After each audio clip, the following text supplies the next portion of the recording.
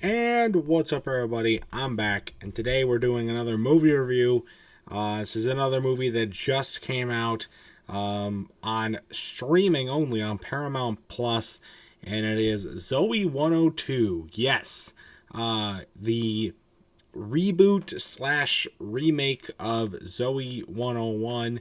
If you guys don't remember the show Zoey 101, it was on Nick back from 2005 to 2007 or 2008, I think it was. It was canceled, I think, around that time. Very popular show. One of the golden era, name redacted Dan Schneider shows. So it's been one of the shows that's been a lot of controversy has come around it because of that. Just, like iCarly just got rebooted a couple of years ago on Paramount Plus. Zoey 102 is not a show, it's a movie. So it's a one-off thing, probably to reunite most of the cast and kind of spark some nostalgia while introducing a few new characters along the way for the purpose of the movie. So, came out a few days ago. I just got around to watching it, and I know I don't normally don't do streaming movies, but streaming only movies at least. But it is a movie. It's a good one, I think. We're gonna get into it. I did watch Zoey 101 when I was younger, not like super avidly. I did like it, but it wasn't like my favorite show. But I do remember a good amount about it. So I was pretty excited to hear that they were rebooting it for a movie. So I'll have a little bit more knowledge about it than just maybe somebody who's never seen it before. So let's get down right into the review. This is a very Nickelodeon-esque movie opening. The music that they play, how it like opens with some like crazy scene happening with the main character. It just felt like a cliche Nickelodeon movie opening. And it's fine. Like they're not like necessarily horrible, but they're far from. But they feel kind of cliche after you've seen a few of them, like we have here. So, especially in the beginning of the movie, there's a lot of very awkward conversations, like conversations between characters that just feel very awkward. Especially with the ones that are not like have any music playing in the background of them, because some of them do, some of them don't. The one I'll point to is the conversation between Zoey and her friend in the show car, like after like there's a whole meltdown at her job.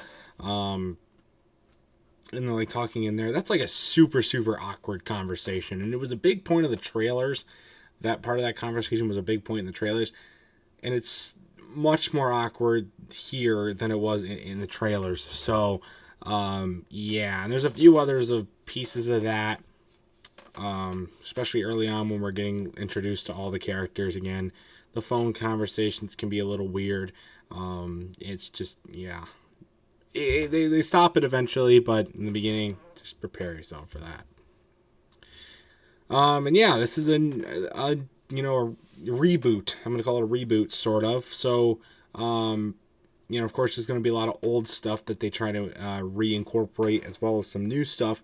So, what is some of the old stuff that I thought they incorporate? Of course, Zoe's back. You get Quinn, you get Logan, you get Chase, you get Michael. No Dustin, which was kind of a surprise that he was mentioned, and given kind of like a story as to what's happened to him since the original show, but he wasn't shown at all. We get Stacy back. That was really weird. She plays a pretty prominent role in this movie, and I know she was a side character, but she was more of a like higher up side character. But I didn't know if that really garnered her to be in this movie. I guess they did do away with her lisp. And they did make her a little less awkward, and so that was nice. She's really the only like returning character that had any actual growth, though.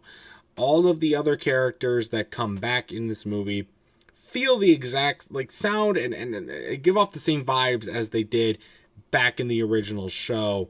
And that was partially disappointing. Some of them was cool to see them return. Michael was awesome. Logan was, a douchebag who kind of still needed to do a little bit of growing up. Quinn was still pretty nerdy, but not as nerdy. Zoey was just still a little bit still a little bit, self-absorbed, trying to help everybody. Chase was still pretty awkward and kind of like, dorky kind of guy. And which is not, I guess, not bad. But it's just kind of weird how they were able to capture that same tones and stuff from the original show. But they mentioned Lola, they mentioned Dana. They don't mention Nicole at all. Not a surprise there. But they mentioned Lola, they mentioned Dana, but they're not shown at all, except in like old pictures when it was always like moping in her apartment, and there's she's going through old photos on her phone. By the way, this phone, right?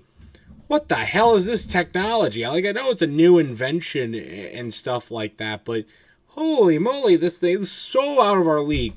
I don't even think Apple's going to come up with this in like the next 6 iPhones. It's going to be crazy.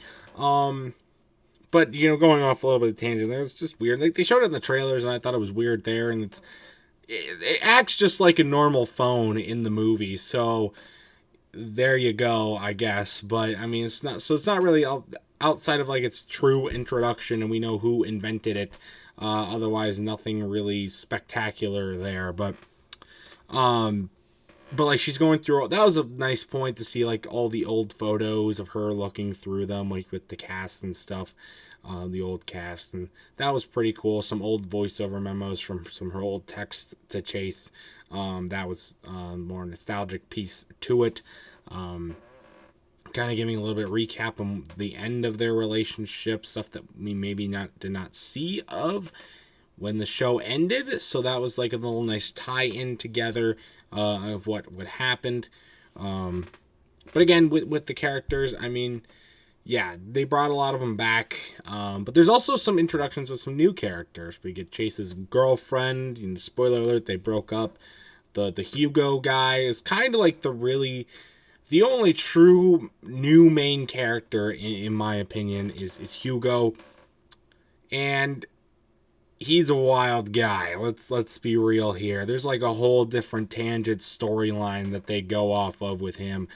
And that's fine. Like, I think he does a fine job. He does what he needs to do. But it's weird, okay? I mean, like, especially when he has to take Zoey's place in the morning of the wedding, when he's got to bring, like, the champagne or Chardonnay, whatever the fuck it is, bring that into the room, because Zoey's out getting the rings, and he puts on the outfit that she was supposed to wear, and we get that really long, awkward, kind of weird shot of looking at the shorts with the bridesmaid thing on his butt.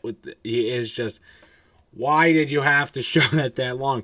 But overall, I think he's an alright character. I mean, he doesn't get as much explanations or elaboration as I think he probably deserved to get, because it's just a movie, not a full-on show. So there you go. But nobody really else noteworthy bringing like back. I mean, we get Quinn's family and Logan's sister. I'm gonna say sister. Leads me to believe otherwise, but there was nothing true. That's a weird character. Lyric is a weird character. Yeah, it's like kind of like the 2023 realism political spectrum thing here that we got going on with her. I don't think she really had a good place in this movie. She gets a good amount of screen time, and she has good relations. Logan's brother, sister. I mean, so of course, there you go. But like, I don't know. She just didn't really feel like she had a good place for it. She's a very bad character, especially for a movie like this. I don't think she was really a good pick for this. That's kind of my thought on it. But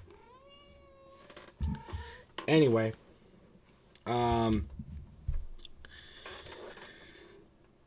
there's a lot going on in this movie as well, especially in the beginning. You've got a bunch of different storylines you're just trying to connect the story that's actually happening. You're trying to connect the wedding. You're trying to connect her job with the show.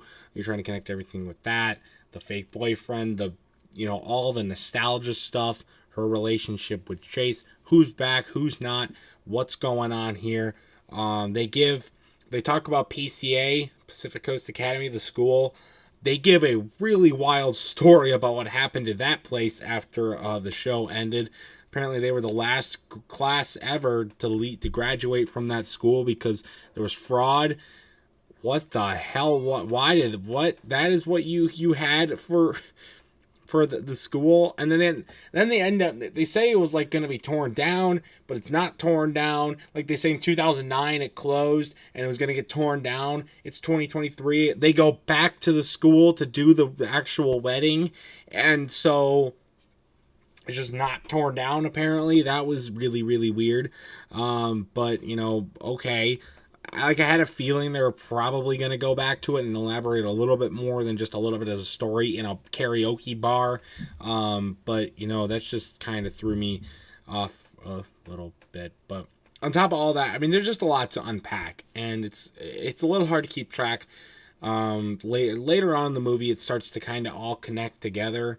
But for a good amount of the movie, like, there's so much going on. One thing here, and then they jump to another thing here, and they jump to another thing over here, and back here, and going everywhere. There's just a lot to think about and unpack, especially if somebody who's even seen the show before, doesn't know kind of like any of the backstory, back history. Like, I knew most of it, but still didn't even, like, it's still hard to unpack even for me. So they could have done a little bit better with that. I mean, I'd say it's too bad for pacing. I mean, this is a little bit over an hour and a half long movie. So it's a little bit on the shorter end, but I think they could have maybe done a little bit more runtime.